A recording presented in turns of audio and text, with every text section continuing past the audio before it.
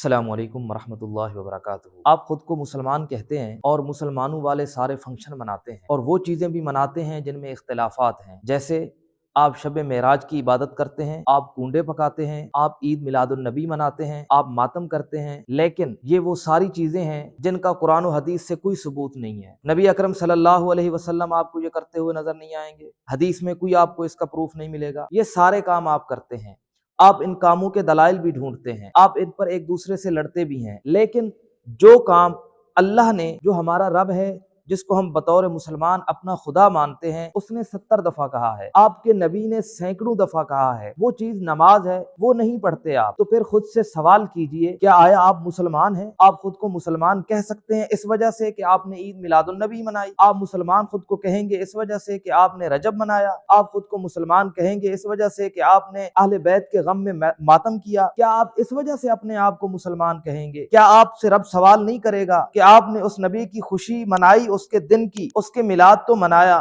لیکن اس کی بتائی ہوئی باتوں پر عمل نہیں کیا؟ آپ قرآن جب دیکھتے ہیں تو قرآن آپ کو ہر صورت میں، تقریباً ہر پارے اور ہر صورت کے اندر قرآن آپ کو نماز کا کہتا ہوا نظر آتا ہے، وہ آپ نہیں پڑھتے۔ قرآن آپ اگر دیکھیں سورۃ النساء کے اندر قرآن مجید کو، تو آپ حیران رہ جائیں گے، جہاں رب نے منافقین کی نشانیاں بتائیں، یعنی جو مسلمان نہیں ہیں، جو اللہ کی نظر میں منافق ہیں، ان کے بارے میں رب نے یہ نہیں کہا کہ وہ نماز نہیں پڑھتے، یعنی جو نہیں پڑھتا اس کا تو دین سے کوئی تعلق ہی نہیں ہے۔ اللہ تبارک و تعالیٰ کہتے ہیں ان المنافقین یخادعون اللہ وهو خادعهم واذا قاموا الى الصلاة قاموا کسالى، کہ جب وہ کھڑے ہوتے ہیں نماز کے لیے سستی کے ساتھ کھڑے ہوتے ہیں تو وہ منافق ہیں۔ رب نے جب نشانیاں بتائیں منافقین کی تو رب نے کہا کہ وہ انسان منافق ہوتا ہے جو نماز میں سستی کے ساتھ کھڑا ہوتا ہے، جس کی پوری توجہ نہیں ہوتی، جو نماز کے اندر دل نہیں لگاتا۔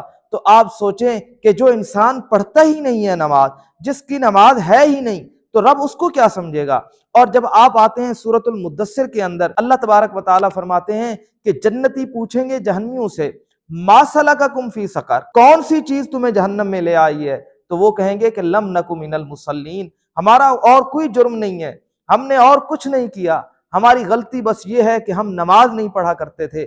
تو خود سے سوال کیجئے کہ آپ میلاد کے لیے تو لوگوں سے لڑ رہے ہیں، آپ کنڈوں کے لیے تو لوگوں سے لڑ رہے ہیں اور دلیلیں بنا رہے ہیں، اور دلیلیں بھی وہ جن کی کوئی حیثیت نہیں ہے، جو قرآن میں نہیں ملتی، حدیث میں نہیں ملتی، کہیں پر بھی آپ کو نہیں ملتی، ان کے لیے تو آپ دلیلیں ڈھونڈ رہے ہیں۔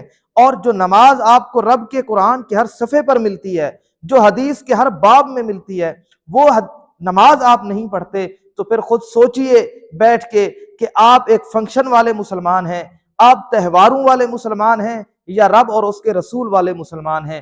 اگر تو آپ رب اور اس کے رسول والے مسلمان ہیں تو آپ کو مشقت اٹھانی پڑے گی، آپ کو نماز پڑھنی پڑے گی، اور بغیر سستی کے چستی کے ساتھ پڑھنی پڑے گی۔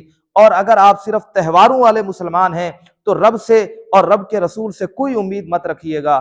کیوں؟ کیونکہ نبی اکرم صلی اللہ علیہ وسلم نے فرمایا کہ کافر اور مسلمان کے درمیان فرق کرنے والی چیز نماز ہے، اگر نماز نہیں ہے تو مسلمان اور کافر ایک جیسے ہیں، یعنی دونوں کا اسلام سے کوئی تعلق نہیں ہے۔ اللہ مجھے اور آپ کو نمازی بنائے۔ السلام علیکم ورحمۃ اللہ وبرکاتہ۔